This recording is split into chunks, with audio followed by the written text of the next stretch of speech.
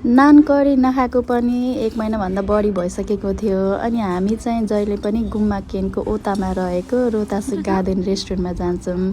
त्यहाँको बहिनी अनि दाइहरू एकदमै यशस्वी हुनुहुन्छ, पहिल्यैदेखि चिनेको भएर त्यहीँ जान्छौँ। त्यहाँ गएपछि हामीले खाने भनेको चाहिँ मोमो, चटपटे, पानीपुरी, नान, अनि त्यसपछि चिकन करी, मटन करी यस्तै नै हो है। अनि त्यहाँको खाना चाहिँ एकदम रिउचा एकदम धेरै छ अनि टन्न अगाइन्छ है। अनि यो चिल्ली पोटेटो झन् यति मिठो छ त्यहाँको खाना है, मेरो बुढा त्यहाँ बाहेक अन्त जानै मान्सिन्न। अनि हामीले चाहिँ त्यो दिन चाहिँ नान मगाएको थियो अनि पानीपुरीहरू चाहिँ मगाउन पाएन, अलि ढिला बन्छ भनेर। अनि मेरो कान्छो छोरालाई चाहिँ नान खान मन लागेछ र हात त्यहाँ लगेको लगे। अनि अलिकति उसको पापाले चुटालेर दिसेको थियो अनि आरिगातो भन्छ, फेरि कति क्युट छ है।